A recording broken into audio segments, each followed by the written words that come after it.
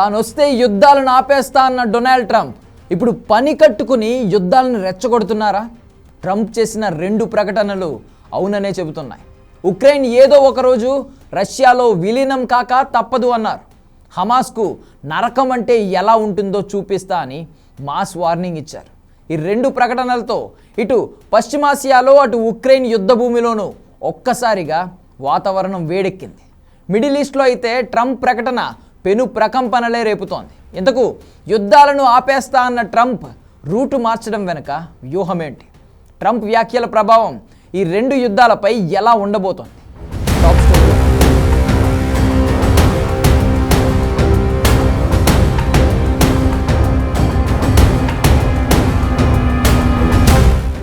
జనవరి 19న గాజాలో కాల్పుల విరమణ ఒప్పందం కుదిరింది.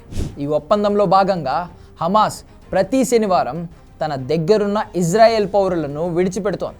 కానీ గత శనివారం మాత్రం ఆ పని చేయలేదు. బందీల విడుదలను తాత్కాలికంగా నిలిపివేస్తున్నట్లు హమాస్ సాయుధ విభాగం సంచలన ప్రకటన చేసింది. తదుపరి ప్రకటన వచ్చే వరకు బందీల విడుదల ఉండబోదని హమాస్ వెల్లడించింది. 3 వారాలలో తమ శత్రువులు కాల్పుల విరమణ ఒప్పందంలోని అంశాలకు కట్టుబడడంలో విఫలం కావడం, ఉల్లంఘనలను గమనించామని, నిరాశ్రయులు తిరిగి ఉత్తర గాజాకు వస్తుంటే వారిపై కాల్పులు జరపడం, మానవతా సాయం రాకుండా అడ్డుకోవడం వంటి ఉల్లంఘనలు జరిగాయని ఆరోపించింది హమాస్. ఈ కారణాల వల్ల ఫిబ్రవరి 15న జియానిస్ట్ ఖైదీల విడుదలను వాయిదా వేస్తున్నామని హమాస్ ప్రకటించింది. సీజ్ ఫైర్ తర్వాత అంతా సవ్యంగానే జరుగుతుంది అనుకుంటున్న వేళ ఈ నిర్ణయం కీలక మలుపుగా మారింది.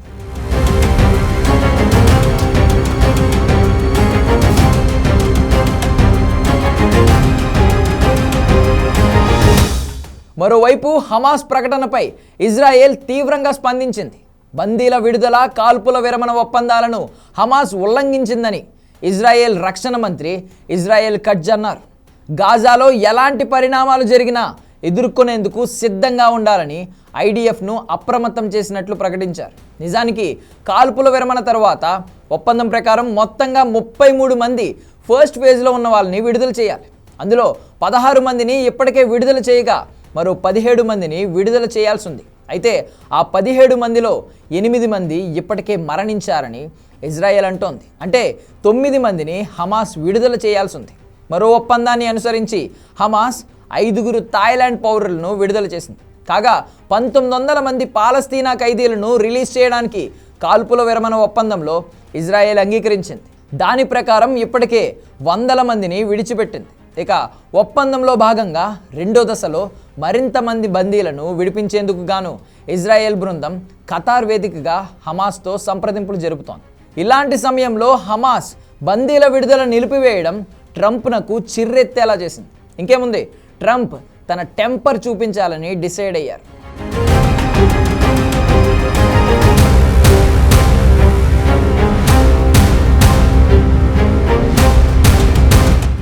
బందీల విడుదల నిలిపివేయడాన్ని డొనాల్డ్ ట్రంప్ భయంకరమైన చర్యగా అభివర్ణించారు. కాల్పుల విరమణ విషయంలో అంతిమంగా ఏం జరగాలనేది ఇజ్రాయెల్ నిర్ణయమని, కానీ ఈ అంశాన్ని తాను వ్యక్తిగతంగా తీసుకుంటున్నట్లు ప్రకటించారు. శనివారం మధ్యాహ్నం 12 గంటల్లోపు బందీలందరినీ విడుదల చేయకపోతే నరకం అంటే ఎలా ఉంటుందో హమాస్కు చూపిస్తా అన్నారు. నెతన్యాహుతో మాట్లాడి కాల్పుల విరమణ ఒప్పందాన్ని రద్దుకు పిలుపునిస్తానని తేల్చి చెప్పారు. అంతేకాదు, గాజాను స్వాధీనం చేసుకుంటామని మరోసారి తేల్చి చెప్పారు. దీనికి పాలస్తీనియన్లు నిరాకరిస్తే మిత్రదేశాలైన జోర్డన్, ఈజిప్ట్లకు అందించే సహాయాన్ని నిలిపివేస్తానని హెచ్చరించారు. ట్రంప్ వార్నింగ్పై హమాస్ కూడా అదే రేంజ్లో రియాక్ట్ అయింది. ట్రంప్ బెదిరింపులకు భయపడిపోయే వాళ్ళు ఎవరూ లేరని ఘాటుగా బదులిచ్చింది. ట్రంప్ యాక్షన్, హమాస్ రియాక్షన్తో గాజాలో మరో భీకర యుద్ధం తప్పదేమో అన్న ఆందోళనలు మొదలయ్యాయి.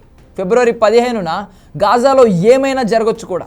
ఒకవేళ గాజాలో తిరిగి యుద్ధమే మొదలైతే అది ఎక్కడి వరకు వెళ్తుందో చెప్పడం కష్టం. కానీ ట్రంప్ మరో యుద్ధాన్ని పని కట్టుకుని కెలుగుతున్నారు.